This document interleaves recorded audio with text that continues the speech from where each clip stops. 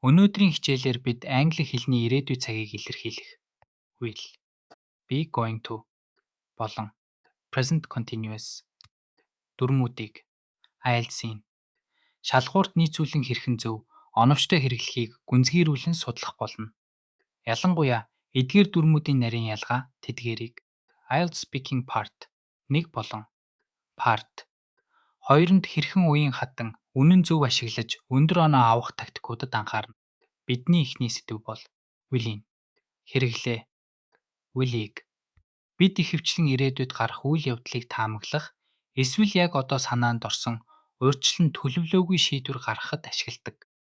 Энэ нь IELTS speaking-д таны fluency болон confidence-ийг харуулах чухал хэрэгсэл юм. Жишээлбэл I think it will rain tomorrow. Эсвэл the phone is ringing. I'll answer it. Гэх мэтээр ашиглана. Дараагийн дүрмийн бүтэц бол be going to. Энэ нь ирээдүйд хийхээр урьдчилан төлөвлөсөн үйлдэл эсвэл одоогийн нөхцөл байдал дээр үндэслэн гарах нь тодорхой таамаглалыг илэрхийлдэг. Энэ нь таны ярианд тодорхой төлөвлөгөө байгааг харуулах бөгөөд IELTS speaking-ийн lexical resource болон grammatical range оноог нэмэгдүүлнэ. Жишээ нь I'm going to visit my grandparents next weekend. Эсвэл look at those dark clouds. It's going to storm. Гэх мэтээр ашиглана.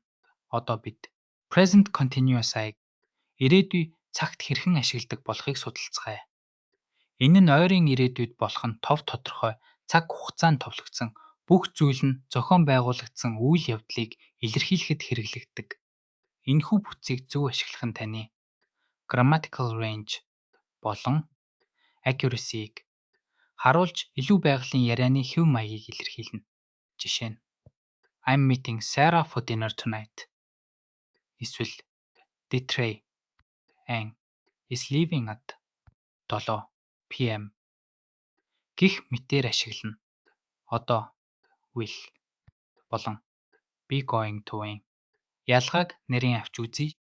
Түгээмэл алдаа нь I'm having a party tomorrow. I will invite all my friends гэж хэлэх явдал юм. Харин зөв нь I'm having a party tomorrow. I'm going to invite all my friends. I will invite гэж хэлэх нь буруу биш ч I'm going to invite гэх нь илүү тохиромжтой. Учир нь үжлэг зохион байгуулах нь урьдчилан төлөвлөсөн шийдэгдсэн үйлдэл юм. Энэхүү ялгааг ойлгох нь IELTS-ийн өндөр оноо авахд чухал. Одоо бидний сурсан дүрмүүдийг баттгах дасгал хийцгээе. Дараах өгүүлбэрийг зөв ирээдүйд цагийн хэлбэрээр нөхнө үү? I've bought tickets.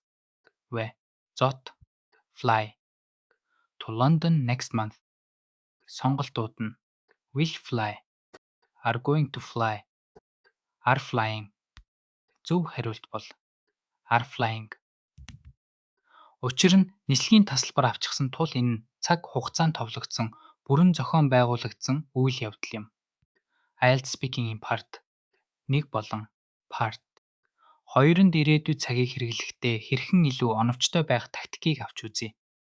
Зөвхөн нэг дүрмээр хязгаарлагдахгүй төрөл бүрийн бүтцийг уян хатан ашиглах нь grammatical range-ийг дээшлүүлнэ.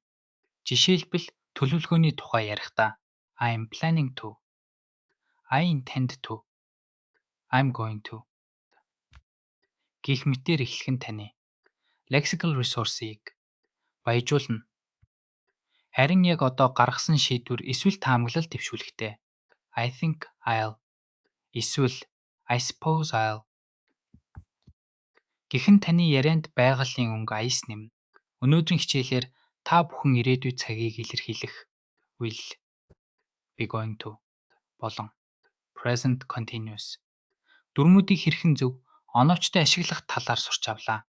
Эдгээр дүрмүүдийн ялгааг ойлгож IELTS speaking-д уян хатан хэрэглэх нь таны grammatical range болон accuracy оноог дээшлүүлж хүссэн амжилтад хүрэхэд тань тусална гэдэгт итгэлтэй байна. Тасралтгүй дадлаг хийж өөрийгөө хөгжүүлээрэй. Баяртай.